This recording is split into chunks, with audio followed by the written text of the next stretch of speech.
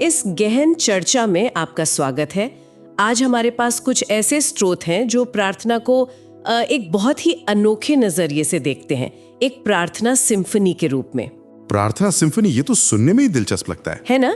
सोचिए, प्रार्थना सिर्फ हमारे कहे ये शब्द नहीं, बल्कि जैसे पवित्र आत्मा उसे चला रहा हो, एक पूरा ऑर्केस्ट्रा, और परमेश्वर का वचन उसका म्यूजिक स्कोर है, और हम सब जो प्रार्थना करते हैं वो संगीतकार है। वाह! और ये विचार, मतलब ये मैथ्यू 18, 19, 20 से आता है।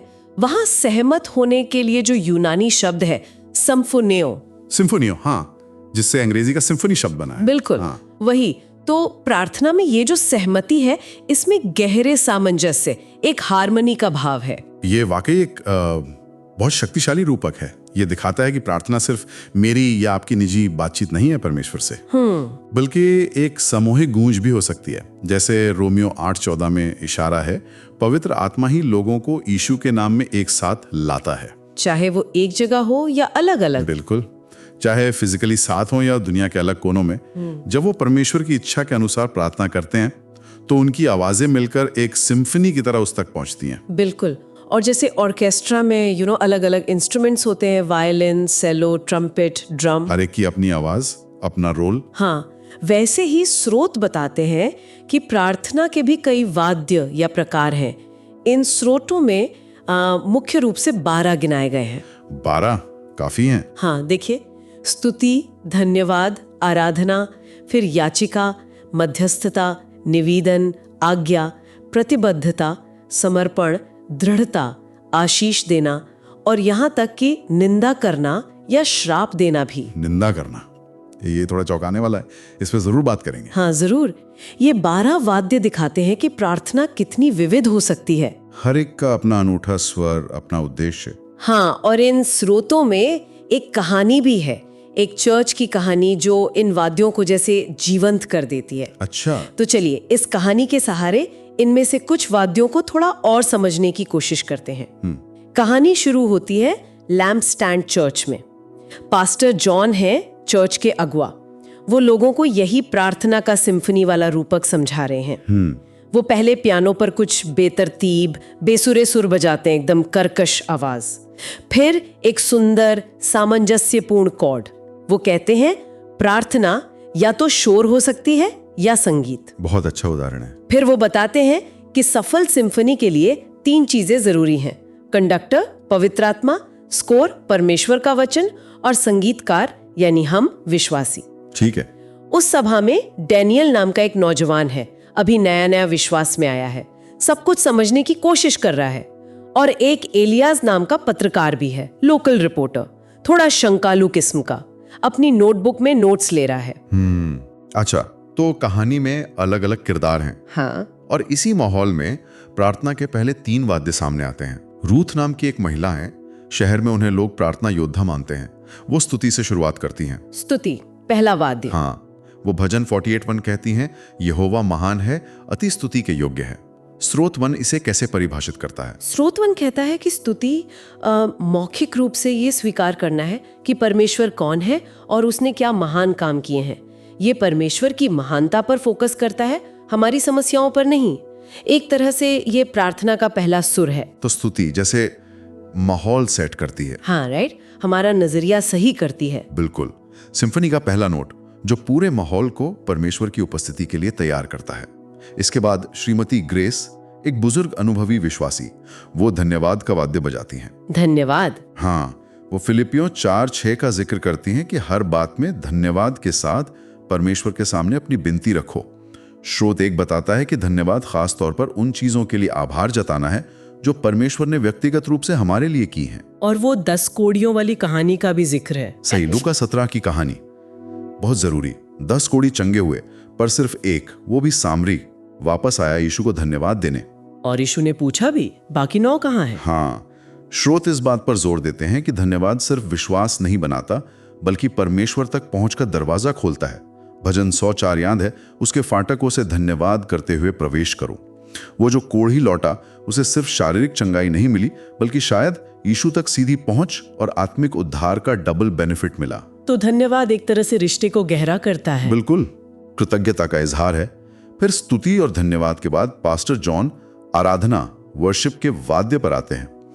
वो समझाते हैं कि ये सिर्फ गाने गाना नहीं है। हाँ, ये जरूरी बात है। बहुत जरूरी। स्रोत इसे शरीर और हृदय का रवैया बताते हैं। श्रद्धा में झुकना, दंडवत करना, जैसे भजन 5.7 में है, मैं तेरे भय में तेरे पवित्र मंदिर की ओर दंडवत करूंगा। और वो यशाया 6 का उदाहरण भी है, सेराफिम का।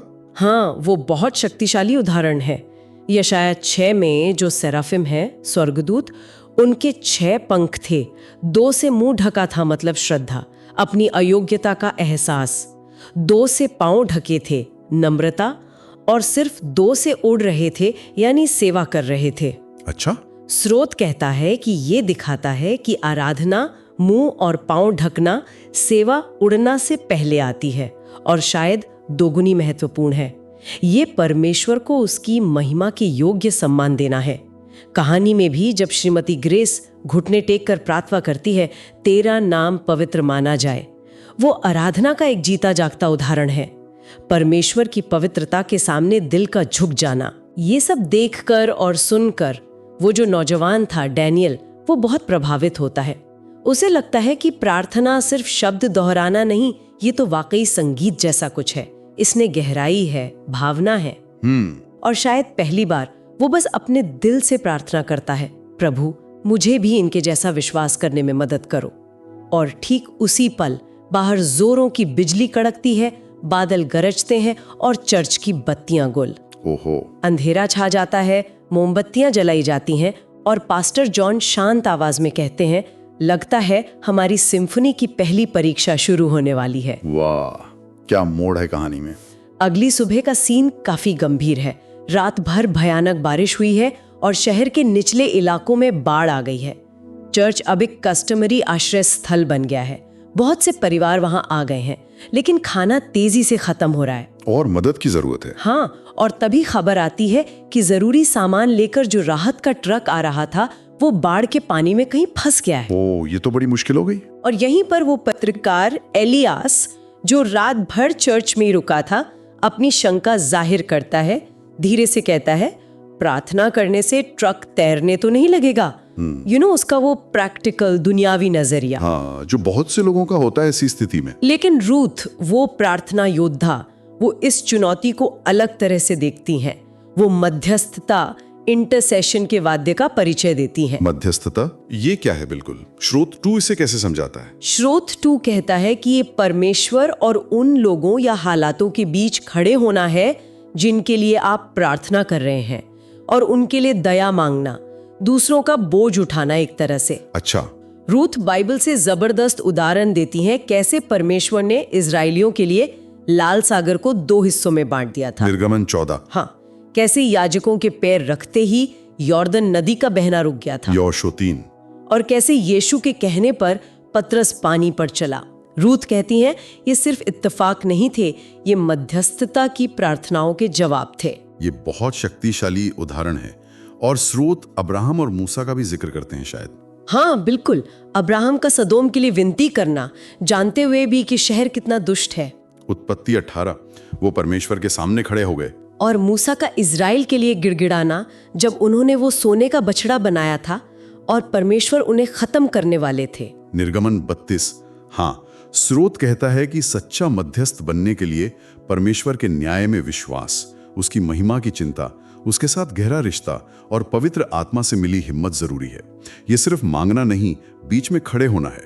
ये सुनकर डैनियल एक गहरा सवाल पूछता है। वो कहता है, तो क्या ये संकट ट्रक से ज्यादा हमारे बारे में है, हमारे विश्वास की परीक्षा? अच्छा सवाल है। रूथ उसकी बात से सहमत होती हैं और प्रार्थना के 2 और वाद्यों का जिक्र करती हैं जो यहाँ जरूरी हैं, समर्पण या डेडिकेशन और प्रतिबद्धता या कमिटमेंट। समर्पण और प्रतिबद्धता, इनमें क्या फर्क है? हाँ, रूथ अन्ना नबिया का उदाहरण देती हैं लुका 2 से, जिन्होंने पति की मौत के बाद अपनी पूरी जिंदगी मंदिर में उपवास और प्रार्थना में लगा दी। वो परमेश्वर के लिए समर्पित थीं, अलग की हुई। फिर वो बाबुल में डैनियल का उदाहरण देती हैं, डैनियल 1.8, जिसने मुश्किल आने से पहले ही दिल में ठान लिया था कि वो राजा के भोजन से खुद को अशुद्ध नहीं करेगा। ये उसकी प्रतिबद्धता थी।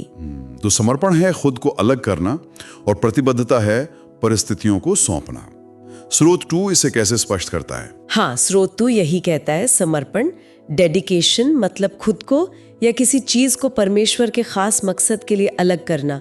जैसे यीशु ने कहा, मैं उनके लिए अपने आप को पवित्र करता हूँ, एक तरह का पवित्र अलगाव।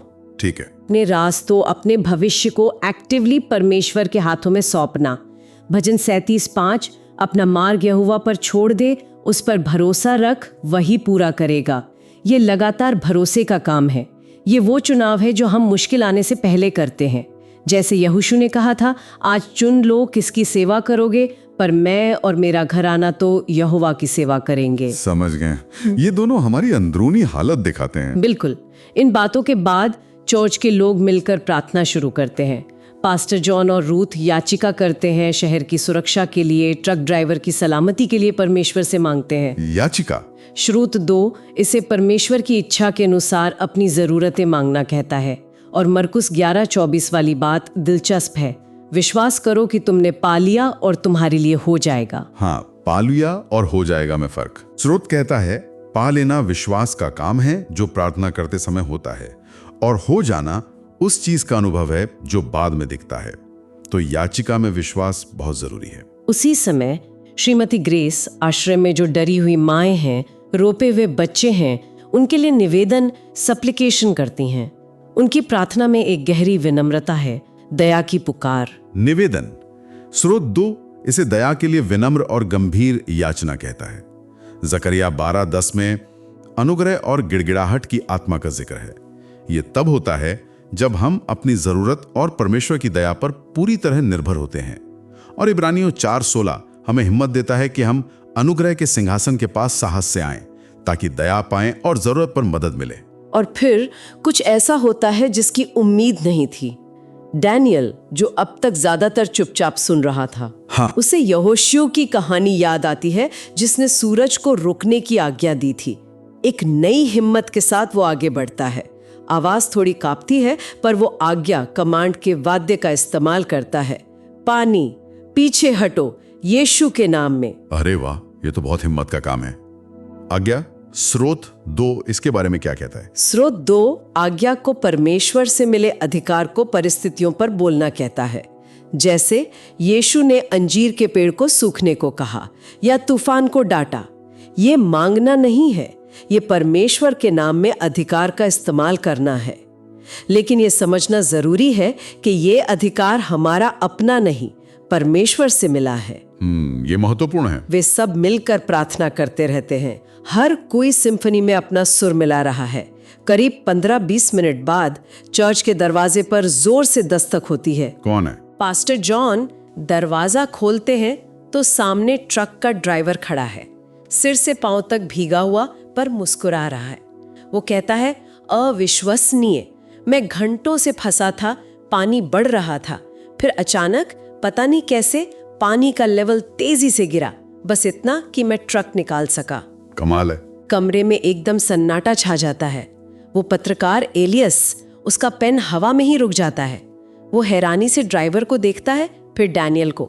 उसकी आंखों में अब शक नहीं, एक नई उलझन है, शायद थोड़ी हैरानी भी। पास्टर जॉन डैनियल के कंधे पर हाथ रखते हैं और धीरे से कहते हैं, तुमने अभी अभी प्रार्थना सिम्फनी में अपना पहला शक्तिशाली सुर बजाया है बेटे। कहानी तो बहुत दिलचस्प होती जा रही है। हाँ, तूफान गुजर गया है, लेकिन बाढ़ का पानी अभी पूरी तरह उतरा नहीं है। शहर थका हुआ है। चर्च के आश्रय में खाना फिर से कम होने लगा है। एक और चुनौती। हाँ, सबको पता है कि शहर में एक अमीर व्यापारी है, मेसन। उसके गोदाम अनाज और जरूरी सामान से भरे हैं, लेकिन वो जानबूझकर इंतजार कर रहा है। सोच रहा है जब लोग ज्यादा मजबूर होंगे तो ऊंची कीमत पर बेचेगा। जैसा नीति वचन 28:20 में लिखा है, धनवान होने की जल्दी करने वाला निर्दोष नहीं ठहरेगा। लालच। ऐसी स्थिति प्रार्थना के एक और जरूरी वाद्य को सामने लाती है, दृढ़ता, परसिस्टेंस। हाँ, पास्टर जॉन लोगों को यीशु की शिक्षा याद दिलाते हैं। लूका 18:1, हमेशा प्रार्थना करनी चाहिए और हिम्मत नहीं हारनी चाहिए। वो उस विधवा का उदाहरण देते हैं जो एक बेईमान जज के पास बार बार जाती रही जब तक उसे न्याय नहीं मिला, और वो दोस्त जो आधी रात को रोटी मांगने आया था, उसे भी उसकी लगातार मांग की वजह से ही रोटी मिली थी। तो दृढ़ता याचिका से अलग कैसे है?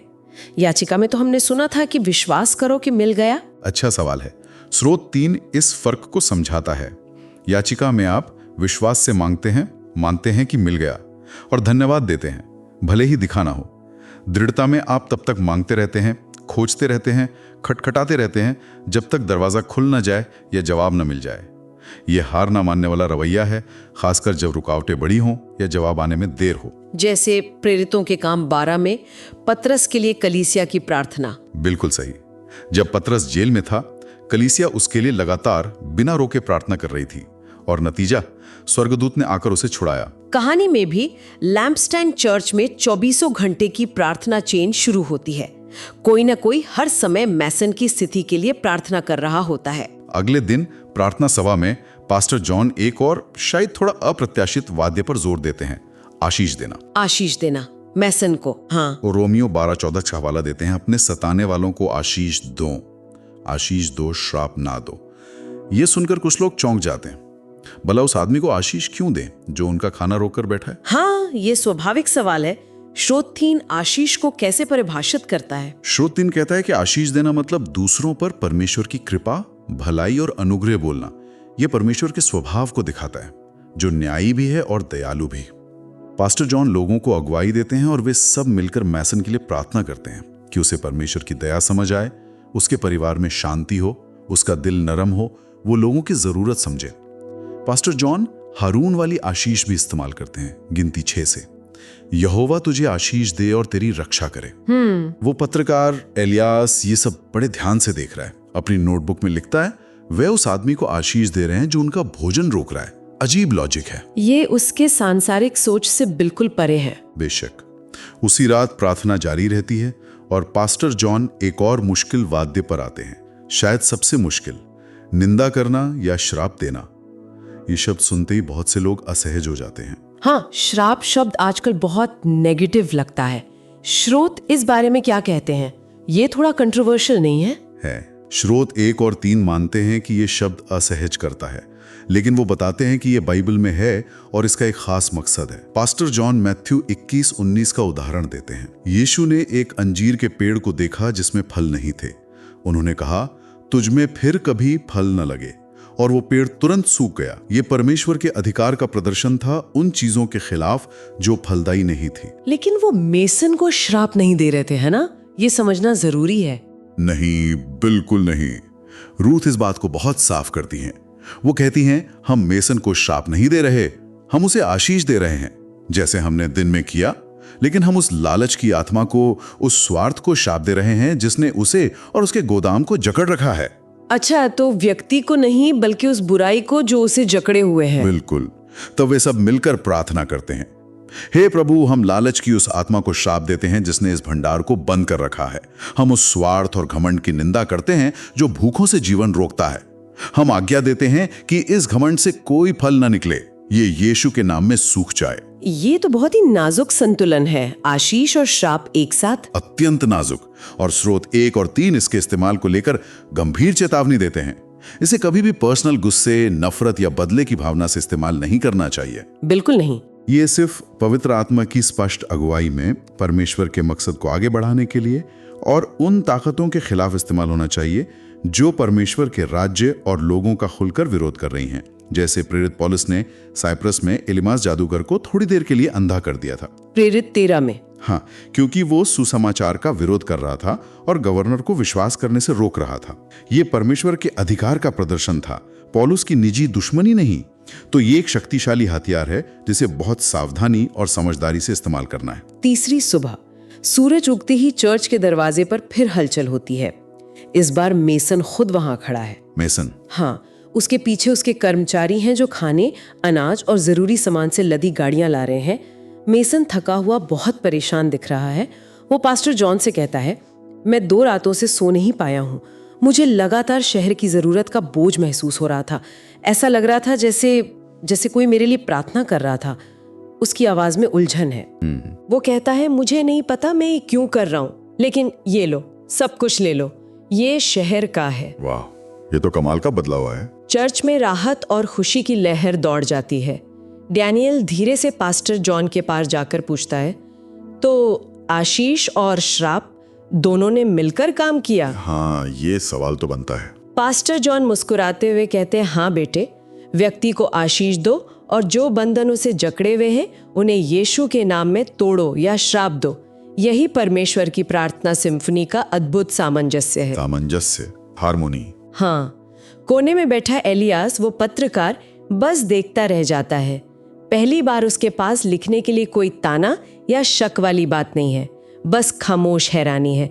वो अपनी नोटबुक में सिर्फ इतना लिखता है, उन्होंने प्रार्थना की और गोदाम खुल गया। कहानी का क्या जबरदस्त अंत है। तो इन स्रोतों और इस कहानी से हमने देखा कि प्रार्थना सिर्फ अपनी जरूरतों की लिस्ट परमेश्वर को देना नहीं है, ये उससे कहीं ज्यादा गहरी और बहुआयामी है। हाँ, ये परमेश्वर की इच्छा के साथ तालमेल बिठाना है, उसके साथ एक रिश्ता बनाना है, एक जीवित रिश्ता। ये वाकई एक सिम्फनी की तरह है जिसमें कई वाद्य हैं और हर एक का अपना सही समय और मकसद है। बिल्कुल। स्तुति, धन्यवाद, आराधना से हम परमेश्वर पर ध्यान लगाते हैं। याचिका, मध्यस्थता, निवेदन से हम अपनी और दूसरों की जरूरतें उसके सामने रखते हैं। आज्ञा, प्रतिबद्धता, समर्पण हमारे विश्वास और भरोसे को दिखाते हैं। और दृढ़ता हमें हार न मानने के लिए कहती है। आशीष देना परमेश्वर की भलाई दूसरों तक पहुंचाता है। और हाँ, आत्मा की अगुवाई में निंदा या श्राप देना भी परमेश्वर के अधिकार को स्थापित करने का एक जरिया हो सकता है। लैम्पस्टैंड चर्च की कहानी दिखाती है कि कैसे इन अलग अलग वाद्यों का सही मेल, एक सामंजस्यपूर्ण इस्तेमाल न सिर्फ बाहरी हालातों में बल्कि लोगों के दिलों में भी असली बदलाव ला सकता है, जैसे मैसन का हृदय परिवर्तन हुआ। बिल्कुल। जैसा श्रोत कहते हैं, लक्ष्य ये सीखना है कि पवित्र आत्मा जो इस सिम्फनी का कंडक्टर है, उसके निर्देशन में हर वाद्य को कुशलता से कैसे बजाएं, ताकि एक ऐसा दिव्य सामंजस्य बने जो सिर्फ स्वर्ग को ही नहीं बल्कि धरती पर परमेश्वर के मकसदों को पूरा करे। और ये सिर्फ बड़े चमत्कारी अनुभवों के बारे में नहीं है, ये हमारे रोजमर्रा के जीवन में परमेश्वर के साथ चलने का एक व्यवहारिक तरीका है। हर वाद्य हमें उससे बात करने का एक अलग तरीका सिखाता है। सही कहा। उस पत्रकार एलियास का आखिरी निष्कर्ष भी सोचने लायक है। उसने अपने लेख में लिखा, शायद संयोग से परे भी कुछ चीजें होती हैं। ये दिखाता है कि कैसे प्रार्थना की ये सिम्फनी सबसे शंकालु मन को भी सोचने पर मजबूर कर सकती है। तो इस गहन चर्चा को समाप्त करते हुए एक विचार आपके मन में छोड़ जाते हैं। प्रार्थना के इन 12 अलग अलग वाद्यों में से कौन सा आपको सबसे ज्यादा खींचता है, या शायद कौन सा आपके लिए सबसे नया या चुनौतीपूर्ण लगता है? और ये जानना कि प्रार्थना के इतने सारे रूप हो सकते हैं, क्या ये हमारे अपने प्रार्थना करने के तरीके को किसी तरह से और बेहतर बना सकता है या बदल सकता है? ये निश्चित रूप से सोचने और शायद अमल करने के लिए एक दिलचस्प सवाल है।